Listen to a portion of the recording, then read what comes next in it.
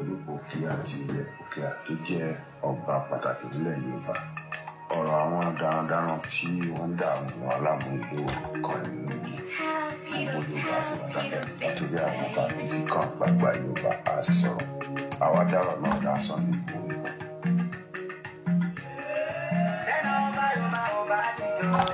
Ẹni Yorùbá ò lè jọ, ẹ má fọ́n ta lọ́rọ̀ sọ, kọ́ má bá mọ̀dé abájọ wa, ẹ̀tàn náà fi gbàṣẹ sí lọ́wọ́ wa, òye wa, níṣẹ́ náà brainwash wa torí tó bá dìgbà kan fẹ́ mú wa, wọ́n sì gbàṣẹ sí lọ́wọ́ wa, Yorùbá ẹ ti ń sùn, àní ẹyẹ sùn, ó yẹ ẹ ti máa sùn, kọ́ má padà mú wa ní ogun èṣù, torí ogun ń bọ̀ ogun ẹ tètè ta múra o.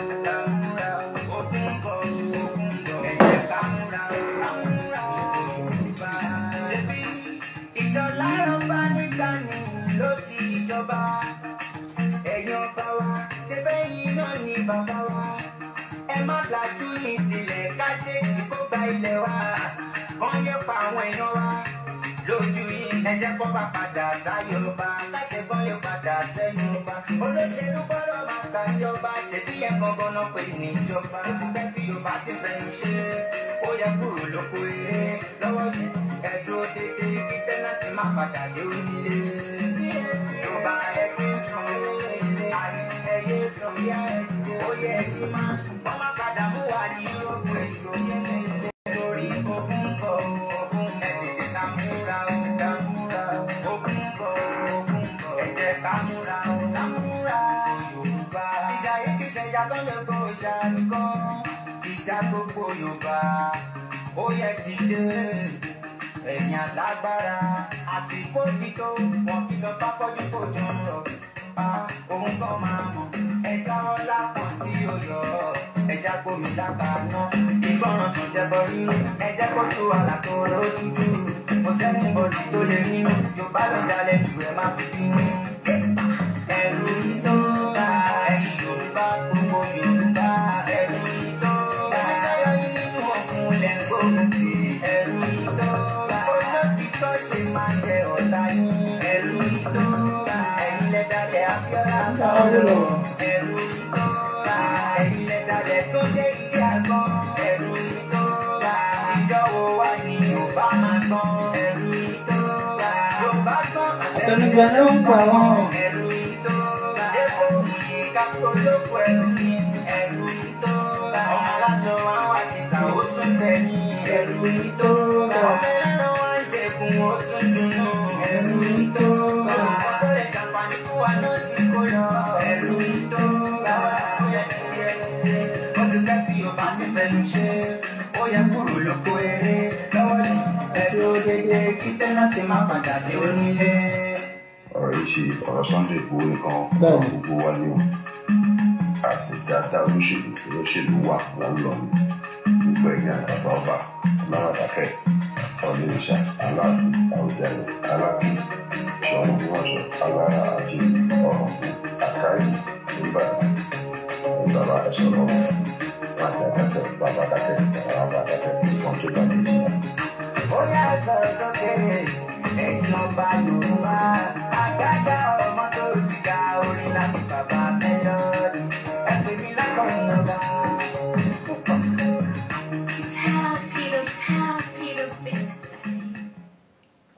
Ẹ kúrọ̀lẹ́ gbogbo ọmọ Yorùbá jákèjádò gbogbo àgbáláyé. A kí n pé ẹ kúrọ̀lẹ́, ẹ káalẹ́, ẹ káàárọ̀, ẹ káàsán according to the time ibi tí ẹnìkọ̀ọ̀kan wa bá wà jákèjádò gbogbo àgbáláyé. A kí n pé a kú ọjọ́ méjì, a kú ọjọ́ mẹ́ta, a kú dédé àsìkò, a kú òrùrù yìí, òrùrù tó mú fẹ́rẹ́fẹ́ lọ́wọ́lọ́wọ́ tá a wáyé, a kú òrùrù náà. A dẹ̀ báríkà ìsinmi ìní. Ìsinmi aláyọ̀ ni Ọlọ́run Elédùmarè máa bá mi ṣe fún ẹnìkọ̀ọ̀kan yín. Gbogbo ẹ̀yin ojúlówó ọmọ Yorùbá ẹ̀ ní jìnsù náà fi hàn. Gbogbo wa ní jìnsù náà fi. Àríbá ti ṣe àárọ̀ náà gbígbà. Ọ̀nà gbogbo wa ṣì ọ̀nà wa là. Gbogbo wa tí a gbé òǹtọ́ dání tí à ń jà fún òmìnira. Àní fi ẹ̀mí wa ò ní bá lọ o. Ẹ̀mí wa tó bẹ̀rẹ̀ náà ló máa délẹ̀ lérí ayọ̀ àti àlàáfíà. a kí gbogbo yín lẹ́ẹ̀kan sí pé ẹ káàbọ̀ sí orí ètò ti èní tí a pè ní Sunday Service Awareness for Yorùbá tí a ní ó ń tẹ̀síwájú. Gẹ́gẹ́ bí a ti máa ń sọ fún yín, a máa ń sọ a ní Koiki Media, we are the last man standing of this struggle, tí a ní jẹ́ kó sún wa, tí a ní jẹ́ kó rẹ̀ wá. Ohun tí ó bá máa gbà òun ni a máa fi fún láti lè bọ́ kúrò lóko ẹrú, tí ò sí ẹnikẹ́ni, tí ò sí èèyàn kéèyàn tó máa dí wa lọ́wọ́, nítorí pé ọmọ Yorùbá kan náà ni gbogbo wa. Ẹ̀yin ọmọ Yorùbá, ẹja fúnra, ẹja fúnra, ẹja fúnra, ẹja fúnra.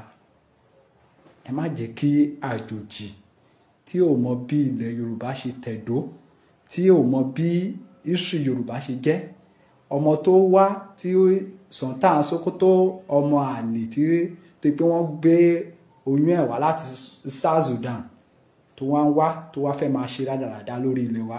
Ẹ jẹ́ ká jẹ́ kó yé wípé ibi báyìí Yorùbá ló ń pe bí, ilẹ̀ Yorùbá ni wọ́n ń pe bí, ilẹ̀ Yorùbá ni wọ́n ń pe bí, ibi ò belong sí ilẹ̀ Sudan. Ilẹ̀ Yorùbá ni bí. Ohun tó lè ṣe lẹ́ẹ̀rin ọmọ Haúsá tí ó máa mú jẹ, ẹ jẹ́ ká sọ fún un wípé kò lè jẹ lọ bí báyìí. Ilẹ̀ Yorùbá ni bí, kò possible kó jẹ lọ. A máa fi yé pé ọmọ ọkọ làwa, àwa dẹ̀ máa jẹ́wọ́ ọmọ ọkọ fún. Mo tara bẹ́ẹ̀, mo kí ẹ̀yin gbogbo olólùfẹ́ wa tẹ́ ti darapọ̀ mọ́ wa lẹ́ẹ̀kan sí, bí ẹ ti ń darapọ̀ mọ́ wa lé ojoojúmọ́ tí a bá ti ń ṣètò. Mo gbàládùra Ọlọ́run ọba Elédùmarè tó ṣílẹ̀kùn ọjọ́ ìní, á bá mi dúró tì yín, á dúró ti ẹbí yín, á dúró ti gbogbo nǹkan tó ń mí nínú gbogbo nǹkan yín àtẹ́lẹ́ tí Ọlọ́run Elédùmarè á bá mi dúró tì yín. A máa ro yín lókun àti agbára tẹ́ fi máa continue láti máa darapọ̀ mọ́ wa. Ẹ jọ̀ọ́, mo gbàládùra lẹ́ẹ̀kan sí gbogbo ẹ̀yin tẹ́ bá darapọ̀ mọ́ ètò yìí, ẹ bá wa share, ẹ bá wa share. Bí ẹ ti ń share, mo gbàládùra ẹ ní fọwọ́ yín, ẹ ní fi gbọ́mọ sí. Mo gbàládùra lẹ́ẹ̀kan sí, ẹ ní fọwọ́ yín sẹ́, ẹ ní fi gbọ́mọ sí. Gbogbo ọwọ́ tẹ́ bá fi ń share, tẹ́ fi ń comment, ẹ ní fi gbọ́mọ sí. Ẹ bá wa share ẹ jọ̀ọ́. Ẹ jẹ́ kí kó go viral, kí àwọn ọmọ Yorùbá kan tó wá listen sí ètò ti èní, nítorí pé agbára ni mídíà jẹ́ fún struggle. Agbára ni. Bẹ́ẹ̀ ni. Wọ́n ní ara ìjà ni eyín wà, ara ìjà ni eyín wà. Agbára wa, ìkan lára àwọn agbára wa ni wípé ká fi social media ká fi bayé wọn jẹ́, kàdí kan mọ̀. Mo wá ní kí ẹ̀yin bàbá lẹ́yìn ìgbà tí mo ti kí gbogbo àwọn followers wa tán, mo tara bẹ́ẹ̀ mo kí olóyè Májàsọ́lá Bàmí Ìgbòho Òòṣà, akíkanjú ọkùnrin. Akọ́ṣẹ́ ni bàbá ń ṣe, akọ́ṣẹ́ ni o, akọ́ṣẹ́ ni bàbá ń ṣe, gẹ́gẹ́ bí gbogbo wa ti mọ̀. Kò ní sú yín, kò ní rẹ̀ yín bàbá, ẹ̀mí yín ò ní bá lọ, ẹ̀mí àwọn ọmọ yín ò ní bá lọ. Ìjà tí ẹ̀ ń jà yín, mo gbàládùra ẹ máa kó wa délẹ̀ lérí. Mo tara bẹ́ẹ̀ mo kí bàbá Professor Banji Akíntóyè, bàbá tí ẹ̀ ń fi arúgbó ara tẹ́ fi ń jà fún Yorùbá, tí ẹ wò pé ẹ ti dàgbà, ẹ dẹ̀ wò pé ẹ ní ẹ̀tọ́ nínú Nàìjíríà láti pé kẹ́ sọ pé kàn bá yín fún ọmọ yín lípò kan, pé ọwọ́ kan lẹ máa béèrè tán dẹ̀ máa fún ọmọ yín. Ṣùgbọ́n ẹ̀rù yẹn, ẹ̀ ń rò wípé ọjọ́ ọ̀la ló ṣe kókó, pé kẹ́ jà fún wa, kẹ́ kó wa kúrò lóko ẹrú. Mo wá gbàládùra àníwá yín tí ń gbà tá a bá dé ilẹ̀ lérí náà. Bàbá Professor Banji Akíntóyè ṣe gan ni. Mo tara bẹ́ẹ̀ mo kí ọ̀gá mi, ẹni dáadáa, ẹni pàtàkì, Mr. Ọláyẹmí Koiki Media, tí wọ́n di ní ìkànnì Koiki Media. Koiki Media will bring the work closer to your doorstep. Ọ̀gá mi, ẹ kú iṣẹ́ takuntakun, ẹ kú kó lè dá, ẹ kú ìfọmọ ènìyàn ṣe, bẹ́ẹ̀ ti ń sàkiri lọ́tún lósì nítorí kí Yorùbá lè bọ́ kúrò lóko ẹrú. Mo gbàládùra àníwá yín tì o. Òde tí wọ́n máa ń lọ tí wọ́n ń padà, ẹ ní bá wọn lọ rú ẹ̀. Mr. Ọláyẹmí Koiki, mo gbàládùra ẹ ní bá wọn lọ òde tí èèyàn máa ń lọ tí ò ní padà, ẹ ní bá wọn lọ rú ẹ̀. Ọwọ́ pápá ayé ò ní bá yín o. Ẹ ṣé gan ni, ẹ kú àtìlẹ́yìn wa gbogbo gbà. Mo tara bẹ́ẹ̀ mo kí gbogbo ọmọ Yorùbá jákèjádò gbogbo àgbáláyé, gbogbo ibi tí ọmọ Yorùbá sodo sí, gbogbo ibi tí a tẹ̀dó sí. Ti lọ dé Brazil, Amẹ́ríkà, UK, France, Germany, gbogbo ibi tí ọmọ Yorùbá tó wà jákèjádò gbogbo àgbáláyé ni mo ti kí gbogbo wa pé ẹ kúrọ̀lẹ́, ẹ kú afẹ́fẹ́ rẹ́, àlẹ́ tó kú ojú lọ́nà rálì wa tó ń bọ̀ níwájú, àkú ojú lọ́nà Ọlọ́run bá máa bá wa, ó máa gba ilẹ̀ wa fún wa.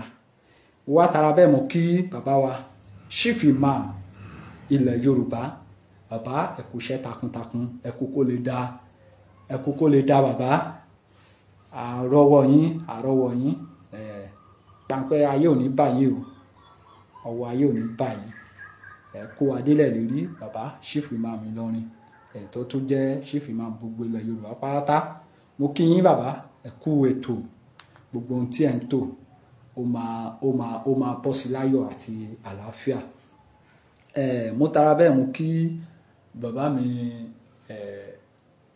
Mr. Akínọlá George wípé wọ́n kú iṣẹ́ náà, wọ́n kú iṣẹ́ takuntakun, wọ́n kú kó lè dá. Mo kí gbogbo àwọn tó ń ja ìjàgbara pátápátá wípé àkú iṣẹ́, àkú ìfọmọ ènìyàn ṣe, adélẹ̀ lérí lágbára àṣẹ Èdùà. Mo wá tara bẹ́ẹ̀ mo kí àwọn kábíyèsí ilẹ̀ Yorùbá pátápátá tí wọ́n ti jáde fún ẹ̀sìn sẹ̀ríà law tí wọ́n ní wọ́n ń gbé bọ̀ nílẹ̀ Yorùbá, tí wọ́n fẹ́ lo opportunity láti lè fi da ẹ̀rín wa rú, bí wọ́n ṣe fi èdè àìyedè sí ẹ̀rín Ìlọrin lọ́jọ́ kìíní àná, tí wọ́n fi ọgbọgbọ́n tí wọ́n gbabẹ̀ wọlé, tí wọ́n tán wọ Ìlọrin, tán gba Ìlọrin. Wọ́n fẹ́ ṣọ́tà Sókótó, àbùkù ló máa kàn last.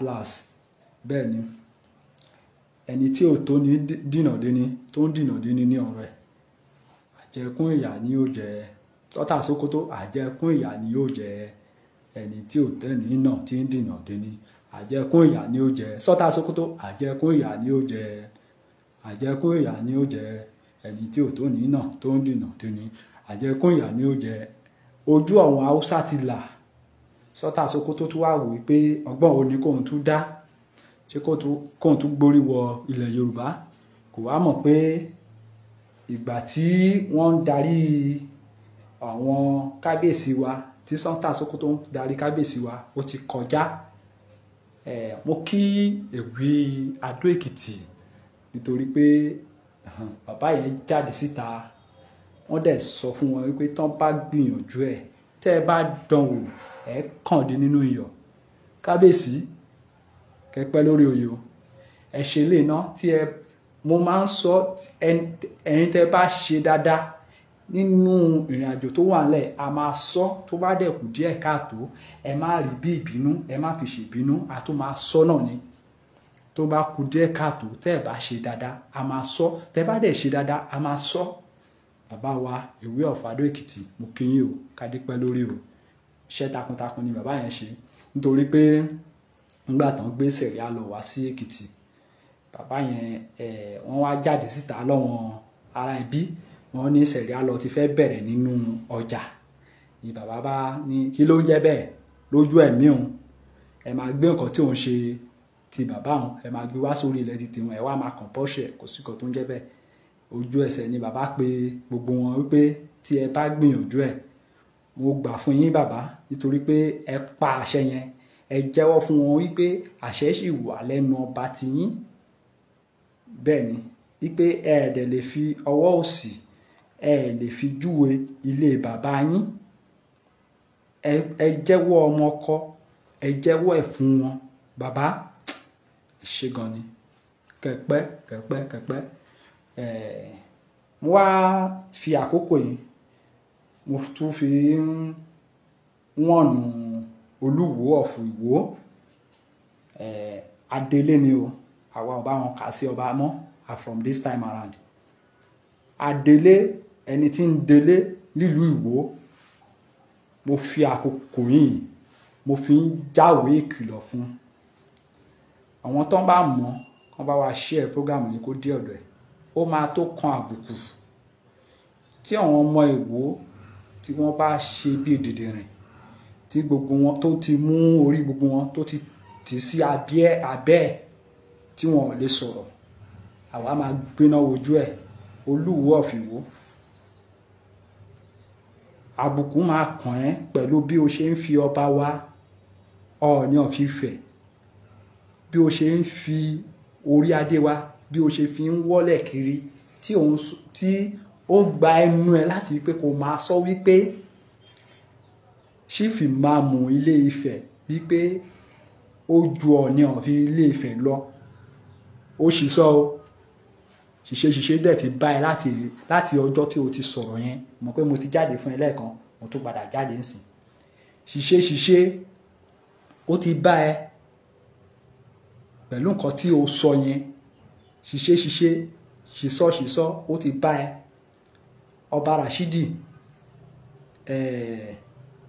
àwọn tó fi ẹ́ jọba wọn ò mọ̀ pé wọn ò tọ́sọ́ba adelé ni èmi sì kà ẹ́ sí oyè tó jẹ́ oyè adelé sì ni ṣìṣe ó ti bá ẹ o ó ti ṣìṣe ó ti ṣìṣọ́ ìwọ fún ara ẹ gan mọ̀ pé ó ti ṣìwí ó mọ̀ wípé ó ti ṣìṣọ́ Rasheed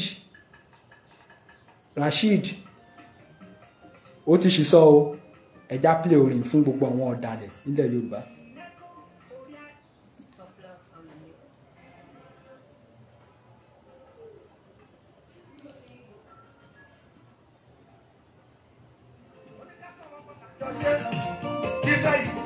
Kò sí Nàìjíríà mọ́ o Nàìjíríà ó ti kú tipẹ́tipẹ́ láti 2014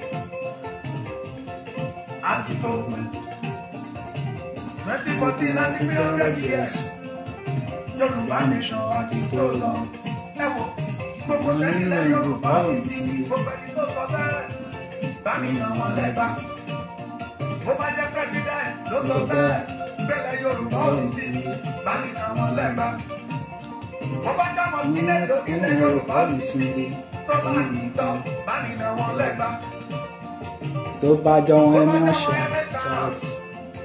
Ọlọ́run bá mi nà wọ́n lẹ́gbà bó bá ní jẹ́ ọgbẹ́ni mọ̀ àwọn lọ́dọ̀ gómìnà sí sọ o nígbà Yorùbá wà ní sinmi tó bá ní pín bá mi nà wọ́n lẹ́gbà Ọlọ́run jọ ilé kan gbogbo ògùn wọn àràkópa àwọn tilétilé àṣẹ ìrìn tọmọtọmọ àṣẹgùn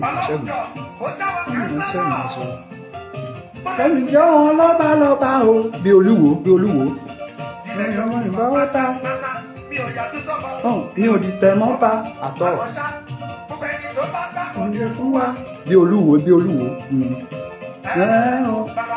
bá mi rún wọn tilétilé àṣẹ àṣẹgùn àwọn Fúlàní wọn nígbà tá a ti ní àwọn Fúlàní wọn Olúwo ṣe sọ pé kán máa bọ̀ wọ́n gbé wọn lọ́wọ́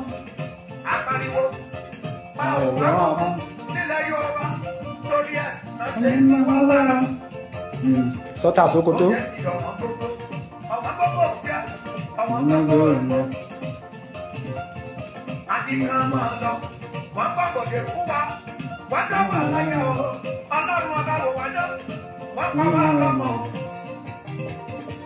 Oríroko pátápátá wọ́n ti ta gbogbo ẹ̀jẹ̀ pátápátá a ò bá wọn mọ́ o lọ́lẹ́ ìfàní kan máa lọ ọmọ wọn torí láwọn ọmọ lórí wọn lára o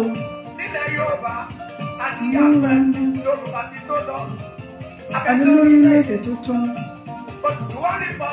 ṣóhun la fẹ́ ṣóhun gbogbo ọmọ Yorùbá pariwo. iná ń gbọ́ Yorùbá pariwo. ẹ ṣe gan ni torí ọmọ àlè Olúwo ni mo ṣe play orin yẹn torí ọmọ àlè Olúwo tí ó ń sọ fún wa wípé Chief Imam tó bẹ̀lé Ilé Ifẹ̀ wípé ó ju Ọọ̀ni of Ifẹ̀ lọ.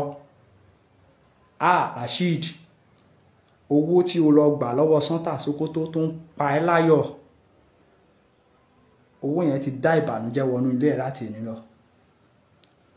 Owó tí o lọ gbà lọ́wọ́ Sọ́tà Sókótó tí o fi ń ṣe gàlégàlé tí o fi ń ṣe àfẹ̀mí kò sẹ́ni tó lè mú mi tó fi ń sọ wípé kò sẹ́ni tó máa dí ẹ lọ́wọ́.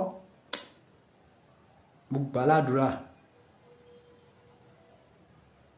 fún ẹ wípé ṣiṣẹ́ ti bẹ̀rẹ̀ sí ní báyìí láti ìní lọ. ṣiṣẹ́ ó ti bẹ̀rẹ̀ sí ní wọlé tàn ẹ́ pẹ̀lú wípé o mú adé ilẹ̀ Yorùbá o bẹ̀rẹ̀ sí ní wọ́ wọn lẹ̀ torí pé wọ́n fi ìwọ amúgbó wọ́n fi ẹ́ jẹ bóyá baálẹ̀ ní kíní wọ́n fi ẹ́ jẹ sílùú Ìwó because òun ò belong sára ọba ilẹ̀ Yorùbá.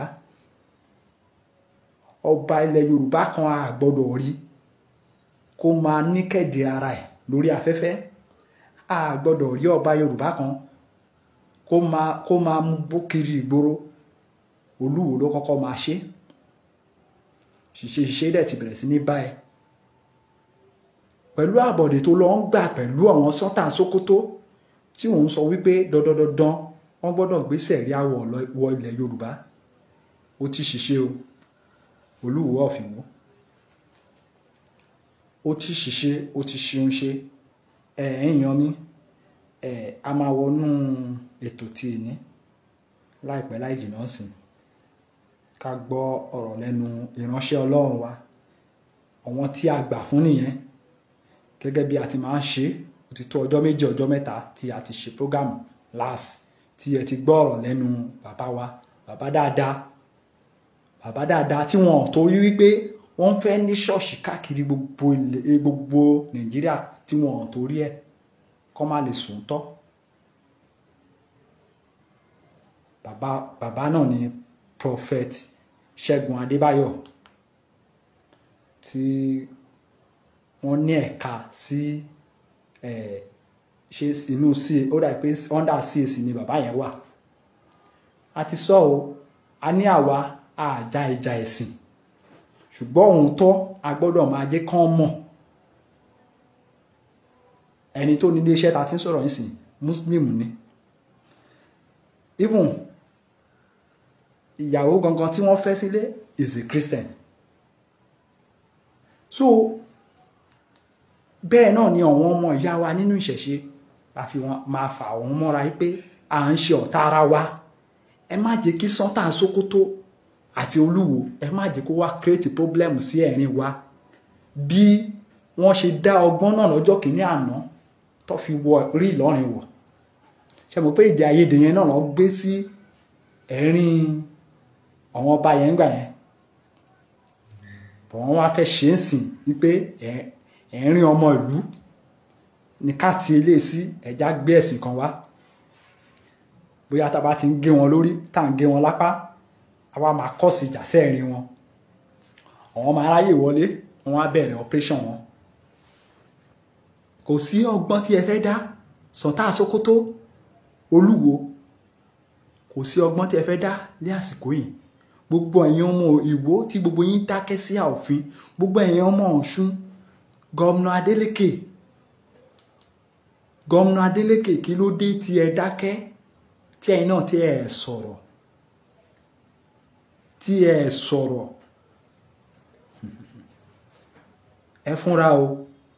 Gómìnà Adeleke ọba ìlú yín kan náà láti ẹ̀tún rí lẹ́nu ọjọ́ mẹ́ta yìí tó tún lọ sí ìlú Ìlọrin tó lọ dọ̀bálẹ̀ fún Emir Ìlọrin.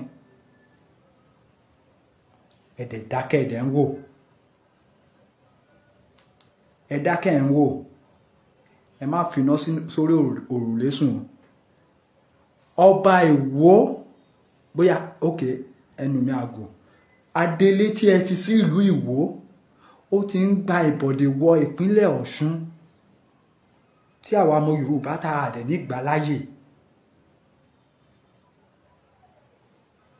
Gómìnà Ọ̀ṣun Adélé tí ẹ fi sí ìlú Ìwó ọmọ àlèbọ́n Pascal amúgbó ọba 419 ọba aṣẹ́wó ọba ó ti ń gba àbọ̀dè wọ ìpínlẹ̀ Ọ̀ṣun. Ìpínlẹ̀ Ọ̀ṣun ti wà nínú ewu. Ẹ má dákẹ́. gómìnà Adémọ́lá Adélékè ẹ má dákẹ́ ẹ ṣe ohun tó bá yẹ kẹ́ ṣe fún Rasheed ẹ ṣe fún kó tó pẹ́ màá mẹ́nu dákẹ́ náà ẹ jẹ́ ká wọnú ètò tí èní lọ gẹ́gẹ́ bẹ́ẹ̀ tí mọ̀ bí a ti máa ń ṣe asọ́ àní ìkànnì wa àti Muslim àti Christian àti ìṣẹ̀ṣe we are one ẹnìkan ò lè gbé ẹ̀sìn kan ṣẹ̀ríà orí burúkú kan wá kó wá fi dà wá lédèrú no ohun táwa ń sọ ni wípé a gbọ́dọ̀ jà fún ẹ̀tọ́ wa.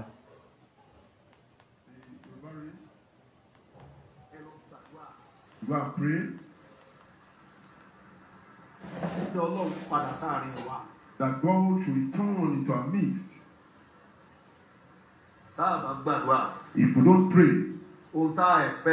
what we don't expect, let's pray that God should return to Yoruba land. If we don't pray and this president did not do what God asked him to do, some powerful people will pass by in this nation. Some will not see and they will be no more. And they will be the powerful ones that have the keys of this nation. They have the keys. Somebody is going to say something that is very bad in this nation. And what he will say will make some people to get angry. And they will now be pursuing each other with assassins. And this thing is going to come out from the north.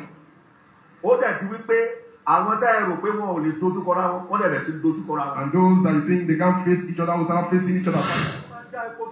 I can see where the money is depot. Depots were installed here and there.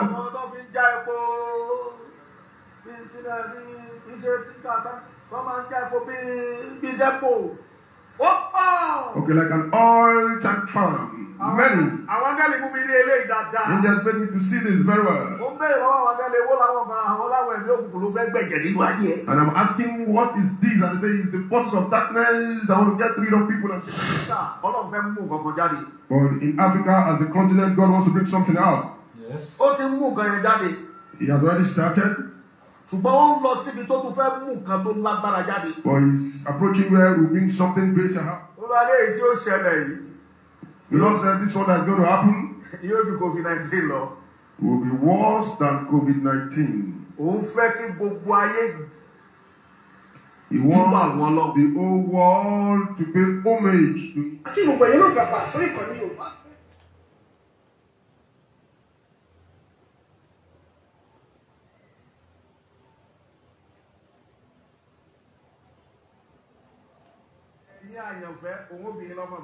And God told me truly that He will give His beloved rest of mind.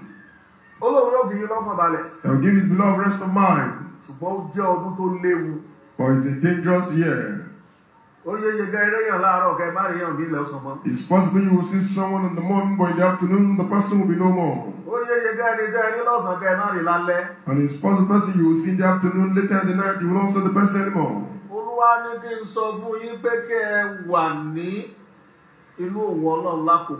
And the Lord said we should reside in Him this time around.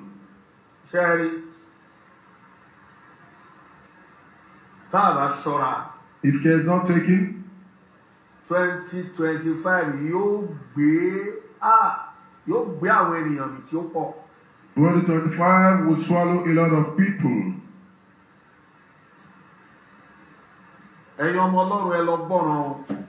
Children of God, be obedient.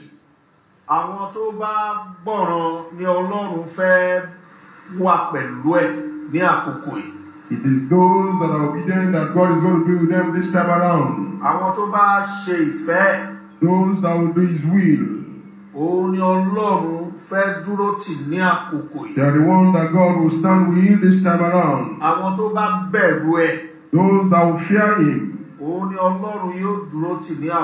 They are the one that God will stand with this time around. You see that year 2025? Those that are powerful in the world, the high and mighty, will bite their fingers. I can see those that are knowledgeable, those that are wise, they became foolish, they became empty. Those that think they have power, God made them to be lazy.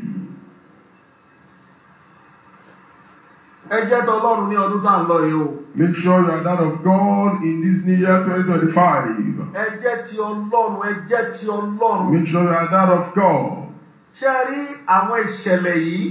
These incidents,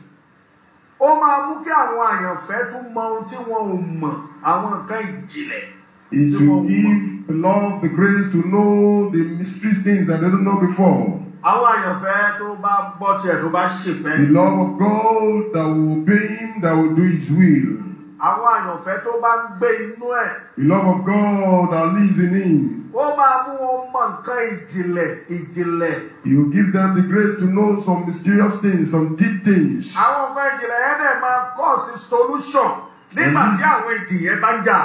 And these mysteries will result in solutions when these storms are raging. Praise the Lord.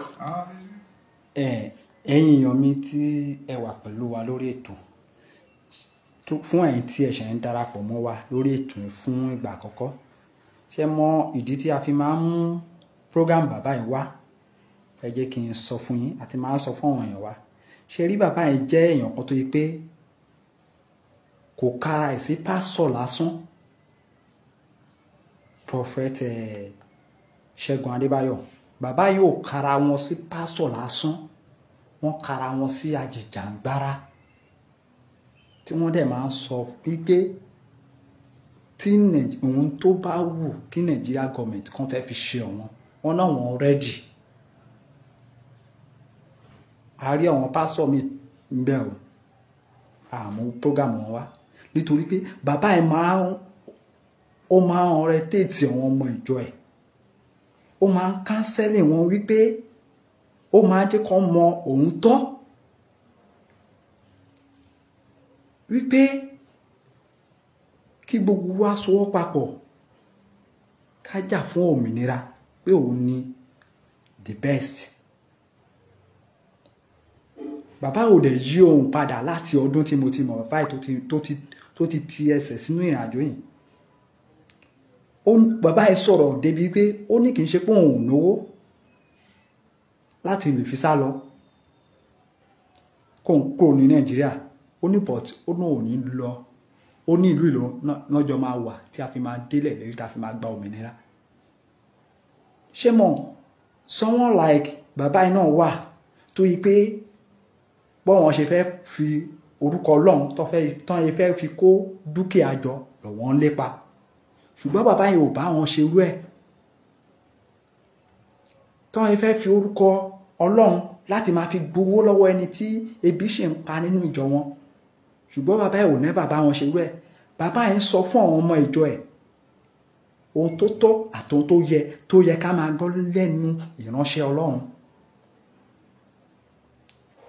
ọ̀rọ̀ ohun tó yẹ ká máa gbọ́ lẹ́nu ìránṣẹ́ Ọlọ́run òun ni àwa ń gbọ́ lẹ́nu prophet Ṣẹ́gun Adébáyọ̀ tí mo gbà fún wọn Ọlọ́run ni àkọ́kọ́ tí mo kọ́kọ́ gbà fún wọn bọ̀ mo gbà fún bàbá ẹ̀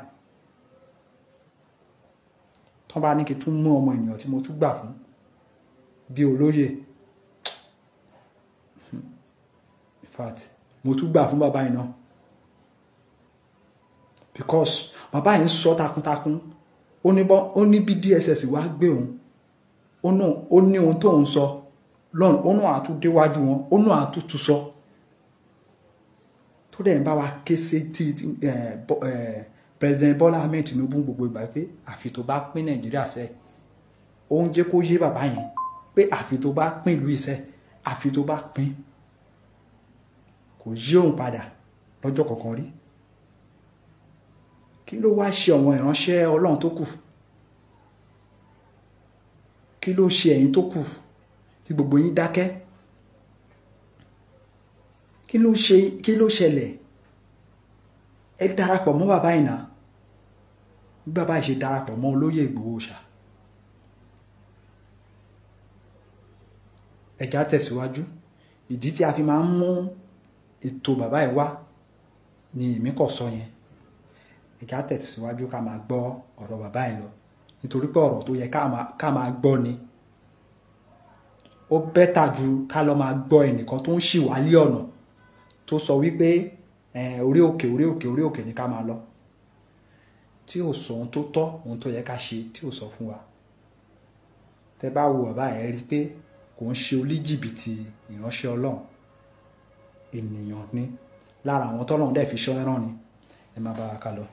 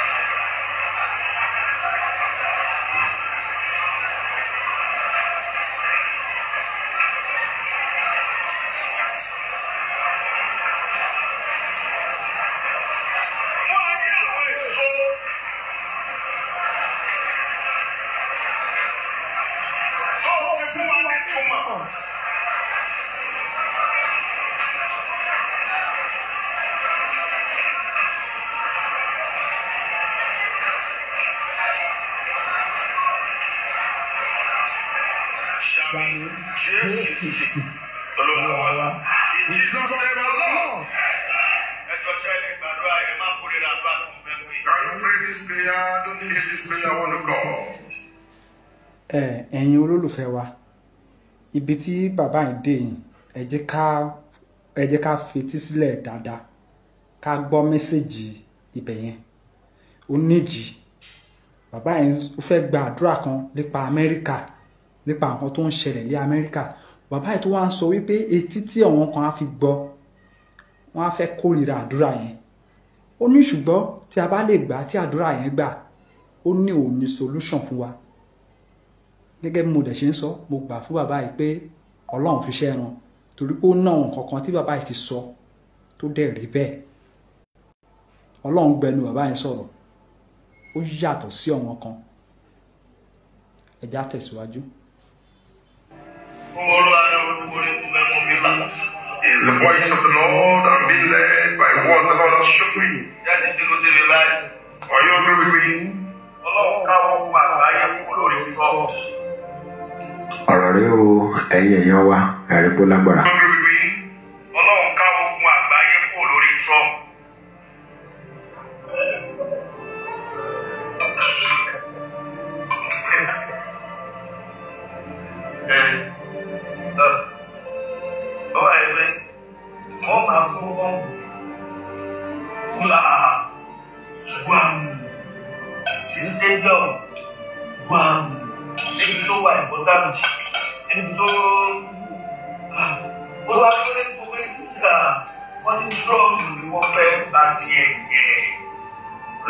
Bomb shell here and there and explode. Why is this happening? They say it's Trump that they want to destroy his life. They want to start the life of Trump. Why not pray for him that they will not get him? Who are those that want to get him, Lord?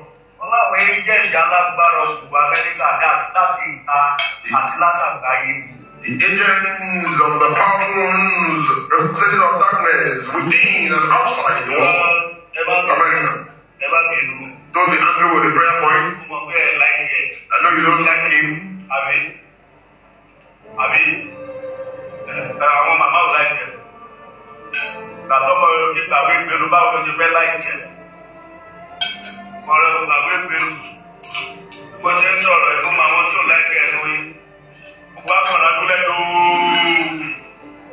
Gbogbo olúlẹ̀ fi máa ń pa ẹ̀. Praise the Lord. Àwọn ọmọ ò láì jẹ torí pé pọ́lí don't like him because they are politicians. I like it. Come and go out. Nobody don't like it. Politicians walk up to store. Help follow up.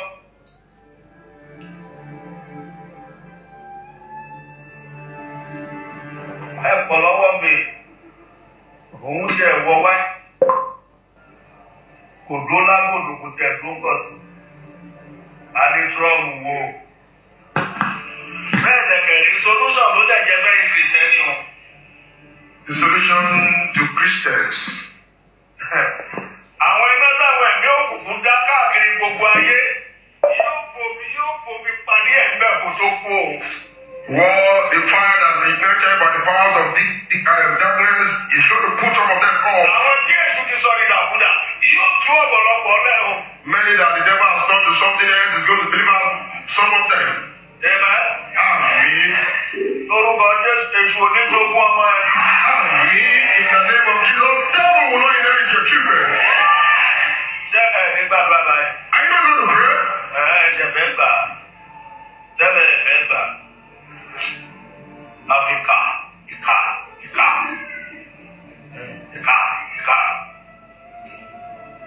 Ẹ̀yin òkú wo news, ẹ̀ ń gbọ́ news. You don't listen to news, you don't watch news. Bẹ́ẹ̀ ni gbọ́ news yẹn náà ẹ̀bà tí àmàlà lè máa fi kú. Ẹ fẹ́ mi tẹ̀lé gbogbo nǹkan. Ẹ wò gbà tó ń give speech fáwọn European. Look when he was delivering his speech to the European community. Ó jẹ́ kó yé wọn wípé ẹ ti sọnù. It made them known to understand that they've gone missing for a long time. Wọ́n ní sẹ́ àgbàgbọ́ náà kọ́ yìí sí yín. He said, don't know that God is backing you. Ẹ̀yin ní kí ọkùnrin máa fẹ́ ọkùnrin. He said, male should marry male. Ẹni kí obìnrin máa fẹ́ obìnrin. Female to marry female. Ṣùgbọ́n ní Amẹ́ríkà sẹ́mi dé yìí ó. America I'm reigning now as president. Nothing like that is going to happen. Ẹ̀yin Yúróòpù náà kọ́ yìí sí. That God is backing you. Ẹ̀pọ̀ nínú ọ̀rọ̀ rẹ̀ ó jẹ́ bóyá wọ́n fẹ́ padà ẹ̀ lọ padà sọ́dọ̀. In his words, in his speech, he made them to say they need to return back to God. They need to seek the face of God. Ṣáàyè bàbá yìí ti ẹ̀gbọ́n ní ìsìn. Do you listen to news? Olúwa o, ọlọ́ jẹ́ ìta o, lẹ́nu kọ́sọ́mà wá o, Olúwa o, inú kan ní pẹ̀lú ẹ̀. Bẹ́ẹ̀ dẹ̀gẹ̀rẹ̀ ẹ tó lè jẹ́ kọjá yìí tà láti kẹgbà sáàmì ẹ̀. And that's the person that God can use for you to have good sales. That's the person I ask you to pray for. Ó túmọ̀ ọ̀rọ̀, ó ṣàlàyé ọ̀rọ̀ fún wọn gan. He explained some things to them in detail. Ọ̀rẹ́ ẹgbẹ́ lákòókò tí mo wà yìí. Then this time around that I'm here as the president, Ẹ̀yin fẹ́ ká Amẹ́ríkà máa ṣe gbogbo ẹ̀ fún yín. what America to do all for you, Ẹ̀yin fẹ́ lọ máa ṣe jí. you guys start doing for yourself. Bóun tó ìjọba lọ Amẹ́ríkà ló kó náà máa ṣe dùn. Let him also, as the president of America, also play his own part. Praise the Lord. Hallelujah. Ẹ̀yin ẹ̀wọ̀ president ní Burkina Faso. Look at president of Burkina Faso. Ọdún mélòó ló ṣe kúkúrú ní Burkina Faso? How many has he reigned as president of Burkina Faso? Yes. 2 years. Lọ́mọ just 2 years. Ẹ̀wọ̀n tó ti Burkina ti ní túmọ̀. Burkina Faso is now meaningful. They are developing almost every day. Lọ́sọ̀rọ̀ ló bí àjẹyìn lórílẹ̀-èdè bí òṣà àwọn olórí tẹ́ ẹ ní. Tó bá yá, wọ́n máa la òkú ọ̀rọ̀ mọ́ ọ̀pọ̀lọpọ̀. Ìwọ lágbájá, ìwọ bàbá àgbàyà. Our problems are leaders in this nation. Àkókò má kú. Àwọn ọlọ́pàá gbogbo ẹ̀jẹ̀. They are the problems destroying the forest. Ó wàásù fáwọn Haúsá iye wọn ṣí. He preached the Hausas and the understanding God opened. Àwọn Fúlàní òṣàlà yẹn kan tẹ́ra yín jẹ ní. Fulanis are not part of you. You're only disturbing yourself. Ẹ tẹ́ra yín jẹ You're only ní. deceiving yourself. Tinubu èdè òkú ẹ máa mo ti fi ẹ sáyé gbogbo báyìí. I'm no more busy in Tinubu. I've left you to be on your own. Òkú ti sọ kankan fún yín pé ọmọ náà láti kíni. I've told you that he's a child of fire that you sent to fire. Amen. Hallelujah. Ṣé àrí oníkálukú ló tiẹ̀ lọ́tọ̀ọ̀tọ̀? Let everyone stand separate. Ọ̀rọ̀ ni mo sọ o. I'm talking. Torí wọ́n tó bá fẹ́ bá wọn jẹun ó lè dúró. If you want to eat with them, dine with them, Tó bá wọ̀ fún stand bá wọn with them. jẹun. You want to eat with them, Dúró tí wọ́n má dó tèmi o. stand with them, don't stand with me. Tí wọ́n bá sọ̀rọ̀ báyìí. But I want to speak now Ògò yẹn náà máa tara yín dún pọ́n. because what I'm saying will be touching you. Ẹ wo fíìmù ní Lagos State. You want fame film in Lagos State. Ẹ wo fíìmù federal. You watch film at federal level. Ẹ wo fíìmù ní West Nigeria. You watch film in the western part of Nigeria. Àti East àti North In Nigeria. the eastern part, in the northern part of Nigeria. All the ones you've been watching, they're few, they're little. Very reckless and a Russia film. Àwọn fíìmù tó le tó lágbára. If you see some film, you will cry. Tó bá wo àwọn kan, ó sunkún. Bẹ́sẹ̀ ìjọba àwa ènìyàn náà lè fún lélẹ̀. That is this the government of we human beings. Torí Ọlọ́run fẹ́ kó ohun tuntun jáde sẹ́. Because God wants to bring out a new thing. Ẹ̀yin bàbá yẹn, ọmọ iná lọ́lọ́run fẹ́ rán sí iná. It's a child of fire that God will send to fire. Ọlọ́run jẹ́ mi òkú jẹ́ gbìn. You have not eaten anyhow. Ìṣe kánsẹ́lọ̀. Not a counselor. Àtọ́ba wọn sọ pé kẹ́ bá ṣe jáma ní ti yí tiẹ̀ máa dùn ní. Torí ní wọ ṣẹ́ẹ̀tì mọ́, bùbá àti ṣòkòtò àtàgbádá lẹ́ẹ̀ máa ṣe kíni. Tó bá jẹ́ gbé àbòdò yìí lẹ̀ gbé ní sínú ṣẹ́ẹ̀tì àwọn tí ń gbégbé mọ́. Ẹtí mọ mi tẹ́ bá gbé tí ṣe bẹ́ẹ̀ mọ́ bẹ̀. Àbọ̀bá yóò tiẹ̀ dábẹ́ lóhùn. Àfa ó mọ́ bẹ̀. Wọ́n wá fẹ́ ṣe ṣáàtà ní local government. So àbòdò ló wà gbé. Ìkòyí ni ó ti súnmọ́ Bàná. Ìkòyí ni ó máa ṣe o. Àbí o fẹ́ ṣe chairman local government ní ìsìn. O ò ní ṣéèjì tó wẹ̀. Níwọ̀n tó jẹ́ pé ibi ti pa akíráàkì. O wá níbi tó ọbẹ̀ tó hè tí bọ̀bọ̀ tó wà. Tí bọ̀bọ̀ ló ń pè é.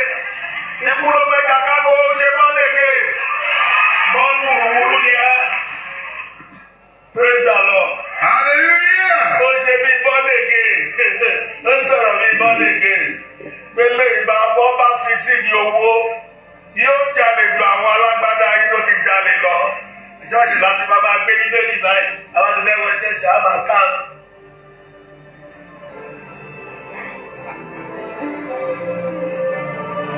Jésù ṣàánú fún mi, ọba. Irọ́ ni o, ọ̀daràn gidi ni, amen, àmín, wòlíì báyìí. Prophets are duping you. Jẹ́ ló dẹ́ ìṣe Nàìjíríà tó nígbà ìyáálé ń báyàwó, ìyàwó náà ń báyàlé, amen, àmín, ṣé mẹ́ dáadáa, àmín. oníkàlùkù ló wáyé fúnra ẹ̀. People are looking for spaces for themselves. Ìyáálé ń báyàwó, ìyàwó náà ń báyàlé. Laying the first one on each other. Yẹ́nì bá ṣe jókòó sórí ọ̀tá yà agbára wa gan. Even on the altar, we'll play fast one against each other. Praise the Lord. Hallelujah. Irọ́ là ń pa o. They're all lying to be you.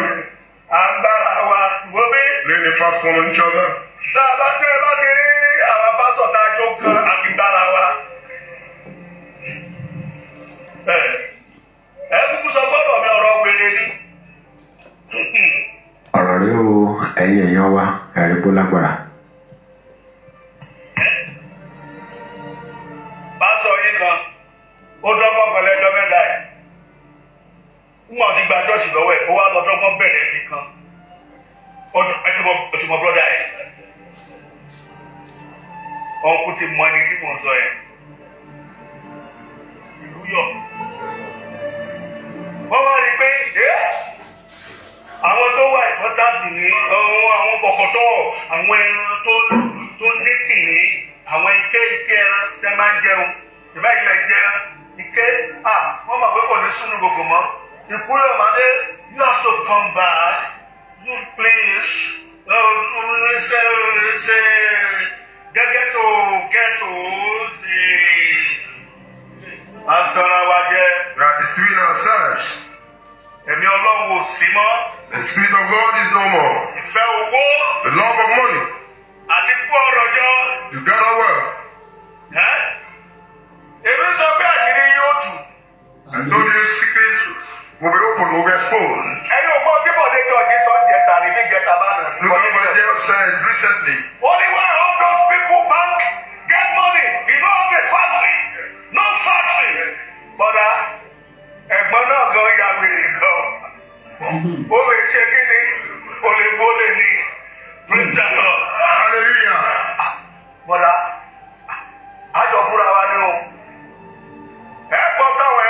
so uncle, all of us are brother. You do ashiri me too. You get ashiri I get your ashiri. Your whole ashiri there for my hand.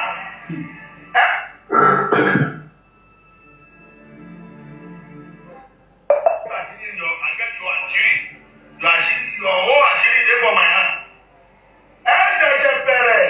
Just starting. You see this altar? Ashiri today be paid. A lot of secrets to be exposed.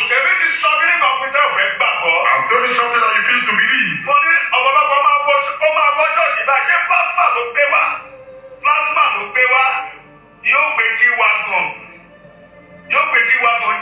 Someone that comes with that gave the church a plasma will go with the G wagon. Write it down. God came to me and he told me a lot of things. Listen to what I want to say. Oh, the way I was talking in your midst now, they will look like mysteries. Some pastors got themselves in some ministries now. You are going to hear the huge sum of amount they are going to escape with. Even the deal of the church will have struck. Will have struck. When they will loot the church. Right what I'm saying, Jack. Let the whole world hear it. The Lord said, my son, I want to be my own personal throne. To the whole world. Bless your son. tó ọ̀rọ̀ rẹ̀ wò ẹ̀yin èèyàn ẹ ti gbọ́ gbogbo àwọn tọ́rọ̀ kànnà fọ́nrán yìí àwọn ìkìlọ̀ àwọn ìran gbogbo mẹ́sẹ̀gì tán fílẹ̀ tí Wòlíì Adébáyọ̀ fílẹ̀ ẹ̀rí gbó lágbára ó lẹ́tìkẹ́ ẹ drop comment and remember to like share. ẹ ṣé gan ni gbogbo ẹ̀yin olólùfẹ́ Koiki Media ẹ kú àdúró tiwa látàárọ̀ ẹ ti gbọ́ ọ̀rọ̀ lẹ́nu bàbá wa lénìí mo gbàládùra àwa là máa wá o ẹ̀yin náà la sì máa bá ẹ jẹ́ ká gbáradì fún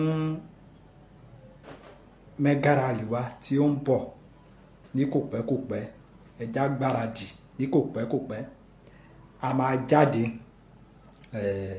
mo dẹ̀ gbàládùra Ọlọ́run Elédùmarè á fún wa ṣe a máa gba ilẹ̀ wa kò sí bí wọ́n ṣe lè ṣe tó kò sí bí wọ́n lè gbógun tó àwa máa gba ilẹ̀ wa lọ́wọ́ wọn agbára àṣẹ Èdùà ẹ̀bẹ̀ náà ni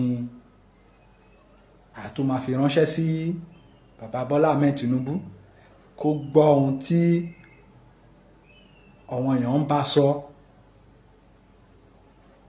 kó pín ìlú yìí that is the solution kó pín torí pé àǹfààní nìyí a gbọ́dọ̀ tún mísì ilé tó wà lọ́wọ́ wa lọ́wọ́lọ́wọ́ báyìí a gbọ́dọ̀ tún mísì ẹ̀ mọ́ o àǹfààní ta ní ni pé kí bàbá Bọ́lá Ahmed Tinubu kó bá wa pín tó pé agbára wà lọ́wọ́ ẹ̀ láti lè pín orílẹ̀-èdè Nàìjíríà lọ́wọ́lọ́wọ́ kó pín à ń ṣe ara kan o à ń ṣe ara kan pínpín ni àwa dẹ̀ ń fẹ́ àfẹ́ nǹkan míì ju pé kán pín bàbá fúnra wọn ó yẹ kán ti mọ̀ by this time pé Fúlàní ò lè fún wọn láàyè ní 2027 ẹ ṣáà ti gbọ́ àwọn fúnra wọn ti gbọ́ bàbá fúnra wọn mo níbílẹ̀ pé wọ́n ti gbọ́ gbogbo nǹkan tí Fúlàní ti ń sọ fún wọn sìn pé kó má expect